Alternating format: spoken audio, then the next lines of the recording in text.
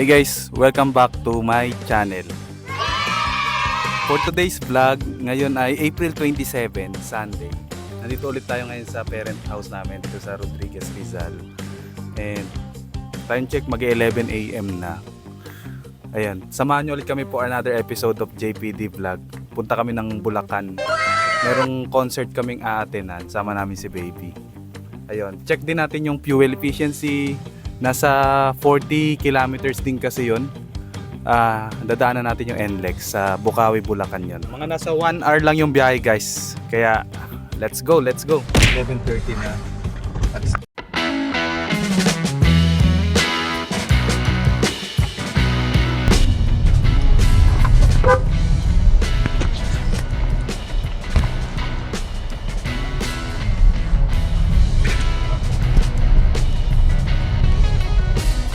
Parang simulang ng alam.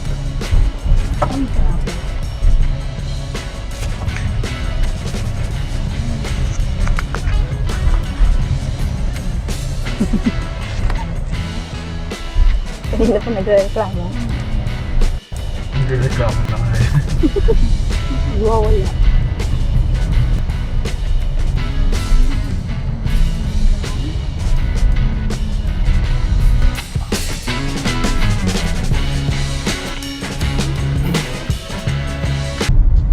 Ayun guys, habang papunta kami, nasa 40 minutes yung biyahe. Bahagi yun ha, medyo palabas kami ng Commonwealth. So nandito pa tayo sa Montalban, going to Payata. Basa muna tayo ng mga comments. Okay Dave. Subscriber ba si Dave? Tapos ang ending, ako pala yung hindi subscriber. Yan, Uy, ito naku. po yung bago nating assistant. Na Medyo hindi. kulang pa sa training. It's my first day, guys. Sorry. I-offer na natin to. So, yan. Habang loading pa siya, yung cellphone niya saka siya. Oo, tayo? kasi hindi lumalabas dito sa akin. Mag-ano muna tayo ha. Hanap tayo na magpapagas. Yung tatanggap ng Gcash. Wala kami Mag-commercial.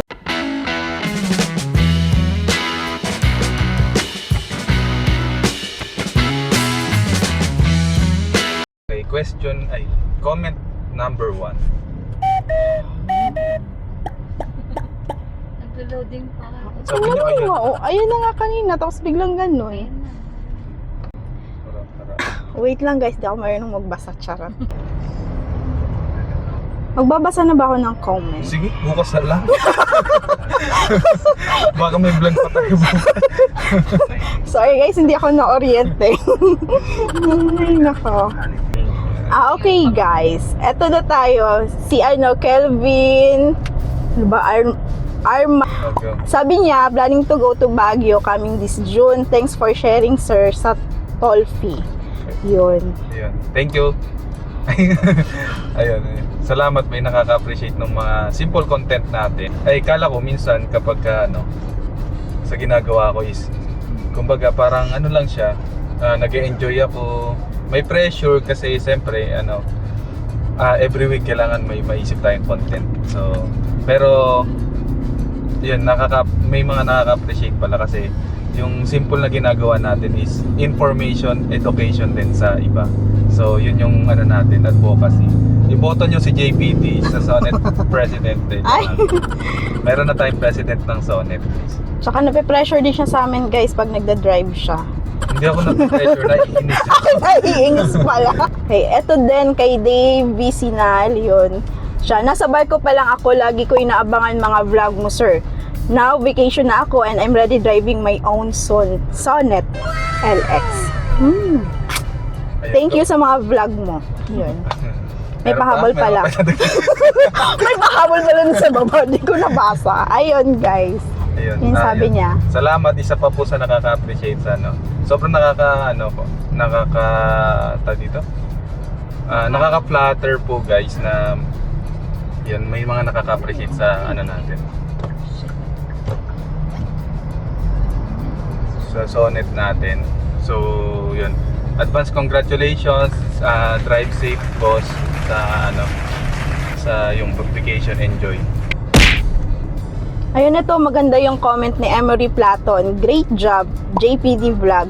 Your content has inspired so many people to consider getting a Kia Sonet. Keep up the awesome work. Ayun. Thank you, boss. Thank you. Ayun lang, comment lang. Wala nga. May comment pa ba ako? Dito na. Papagas muna kami pero tuloy natin yung question and answer. Okay lang bro. Para tong ano lang dyan. Basher. Para Basher. Basher niya. Para kang kiti-kiti. Sana meron silang... Ayan, dito tayo sa ano. Habang... Sige, tuloy-tuloy lang tayo. Magbabas. Eto may nagtatanong. Asa na daw yun? Gcash payment pwede? Tapos ano? Sa mo, si JT. 95. Kabila sir. Sige, tapos ayos ang hangin nyo? Yes. Pahangin din. Dalas na lang sir. Wait lang guys Magano muna tayo. Gas muna tayo.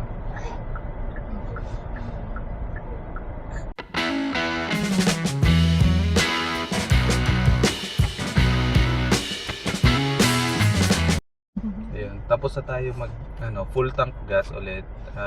Nasa 7,396 yung ano natin. Ayun, habang nagpapahangin pahangin, nag-waiting tayo sa pahangin guys. Yan. Continue tayo sa ano natin, sa content. Eto tanong daw ni Harold Feliciano. Boss, more on sports mode ka ba sa unahan? Sa ahunan, sorry. Unahan. Ang A naging U. More on sports mode. Ahunan. More on sports mode ka ba pag ahunan? Oh. Unahan. Hindi marunong magbasa talaga. Ahunan, di ba? Ahunan. Unahan? Ay, nako, parang yung 1 sa 9. Ayun. Bihira ko magamit boss yung sports mode kasi nakikita ko naman na kaya pa siya nung ano natin ng normal power ng ano natin ng Sonet. Pero yun, kapag ka feel ko naman na alanganin yung ano niya, yung pangat, yung paahon, nag-sports mode ako pero madalang bot. Ito pa, may tanong ulit si Samot Sarim. Basta yun siya. Samot-saring. Samot Sarim. Sir, anong dashcam gamit mo? Ayun, yan natin dito. Ay, pakita ko guys yung ginagamit kong dashcam. Ayan siya. Action camera siya in a way. Insta360. Ayan. Useful siya sa mga vlog ko. Pero dashcam mismo, wala pa akong dashcam. So ito yung ginagamit kong dashcam kapag hindi naman ako nag-vlog. Okay na. Boss, thank you. Pilipina rin na bang labas ito? Baka isdad yan mo. Kaya nga, iulitin ko lang Ayun, Pilipina rin talaga. Ayun, tapos na tayo magpagas guys. Let's go. Ayun. Ano pa? Ayun pa, tanong ni Jarin, basta Arena 17. Paano po ginagawa pag uphill and downhill? Since walang hill start and downhill assist si Sonet. Since hindi naman tayo top of the line, wala tayong hill start assist.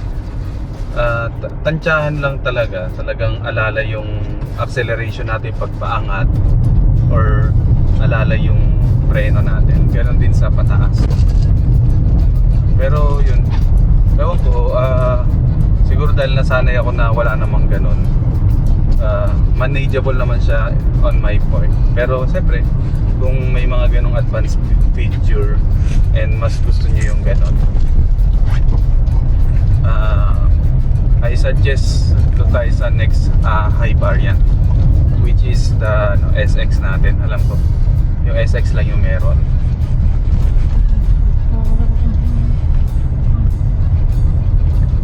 Ayun.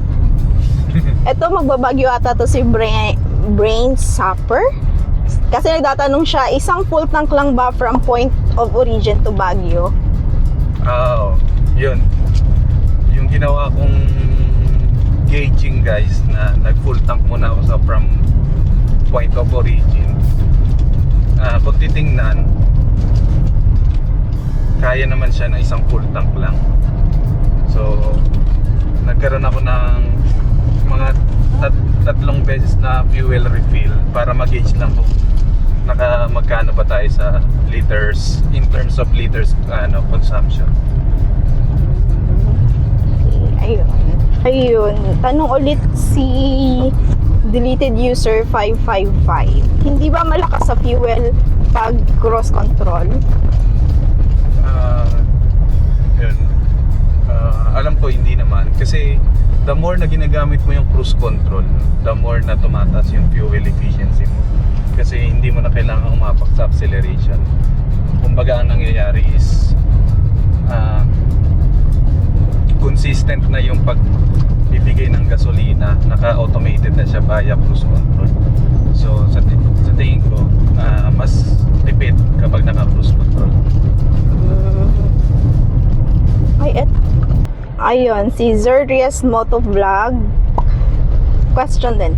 Kapag nag-stop over kayo, di nyo pinapatay engine? Engine? Engine. Ano ba? Engine. Engine. Pero- Sorry, Bisaya manggod ko ba? Charot. Nung kumain kami, nung stopover kami, pinatay namin yung yung makina. Pero nung nag-stopover ulit kami para umiglip, na lumagpas ng 1 oras yung tulog namin, nakabukas lang yung aircon nun. So yun yung consideration kung bakit ko nakuha yung fuel efficiency na alam ko nasa 14 lang nung time na yan overall. Kasi ang dangdang. Naku, 1 hour pa yung biyahe. Si James Soy 2852, sabi niya, from river crossing to Akyat Baguio. Hihihi. Ayun. Solid boss. Yan na, panood nyo pala yung yung river crossing ko. Actually, yun yung pinaka favorite talaga na na vlog. Kaya kung mapapansin nyo kapag nasa channel ko kayo, siya yung nakapin na video. Kasi sobrang gustong gusto ko yung river crossing, the experience of tent, yung ilog, yung river crossing mismo. Kaso napaka yun, hindi siya, kapag may nailog, kung di ka sure na itawid mo yung sasakyan mo sa ilog, I suggest wag nyong ituloy kasi risky siya in a way. And guys, nandito na kami sa Commonwealth. Shortcut na kami sa Regalado Avenue and papunta ng Mindanao Ave, then NLEX Expressway na. Let's go.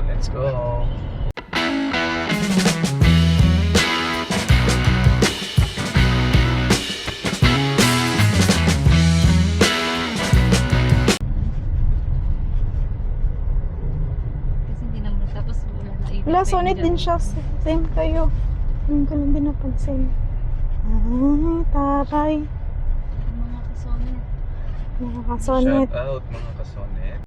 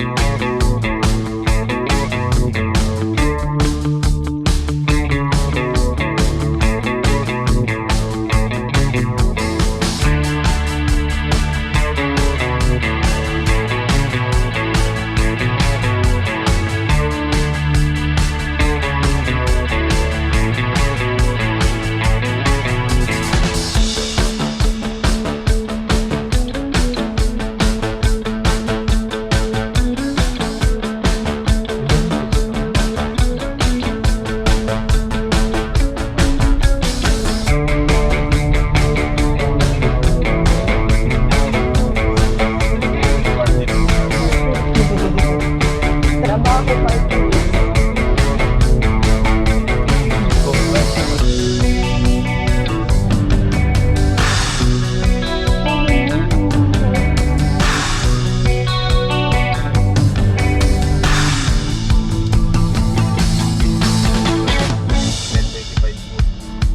Sa harap daw ng arena sa may oval, Haba na ng pili. Naimbot mo yun. Kami po.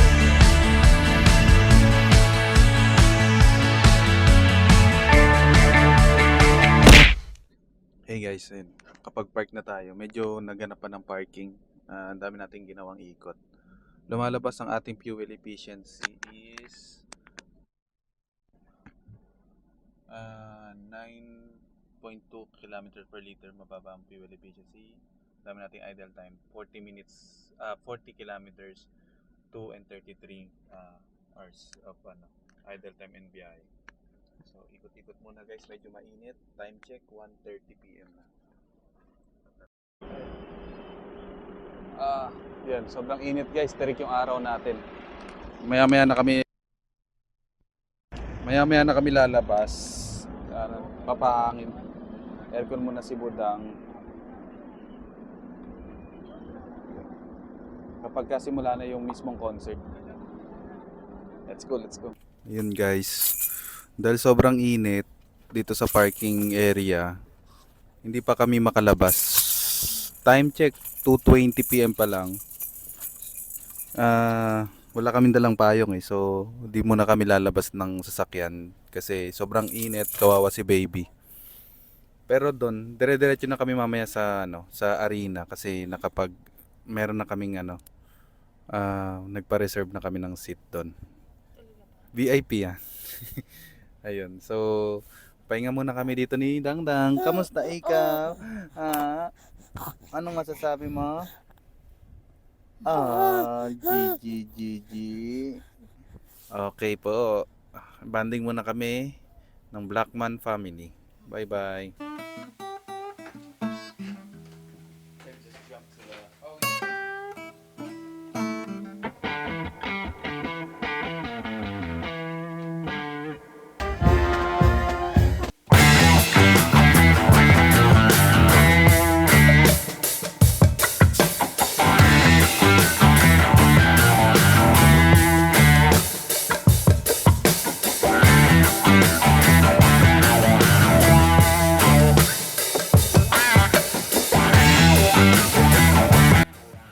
Hey guys, yun. Time check, nasa 5:20 PM na. Dito pa rin kami sa Ciudad de Victoria, dito sa Bukawi, Bulacan. Hindi kami nakapasok ni Baby kasi ang daming tao. Ano masasabi? Ayun, uwi na kami, balik na kami sa Eastwood QC. Ayun, tune in pa rin guys sa JPD vlog natin for today's episode. Bye bye! Bye for now! Love you! Dang.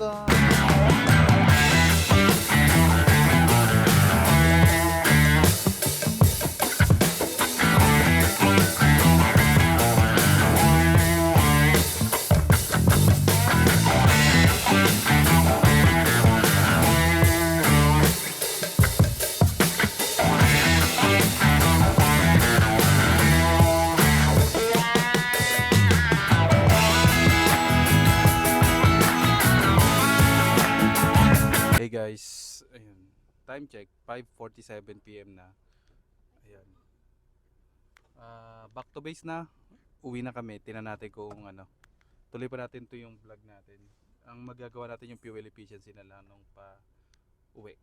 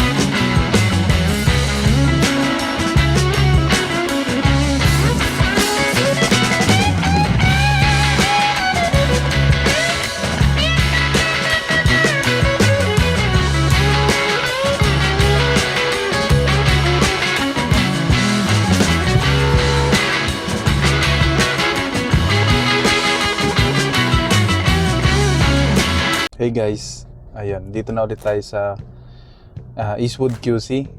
Time check 7 PM na. So, ayan, ang naging fuel efficiency natin guys is 11.5 km per liter kasi nga sobrang traffic natin guys. And yun, 1 hour and 21 minutes tayong nag-drive. Total of 28.9 kilometers yung distance na tinakbo natin. Ayan, salamat sa pagsama sa ginawa nating weekend vlog guys. Ang nagastos natin sa toll fee guys is nasa 180 pesos. Lalagay ko dyan yung screenshot. So, yun guys. Sa mga hindi pa nakasubscribe guys, please subscribe na po sa JPD natin vlog para updated po kayo sa lalong-lalo na sa mga Sonet content natin. Yun. Salamat ulit guys sa pagsama. Bye-bye.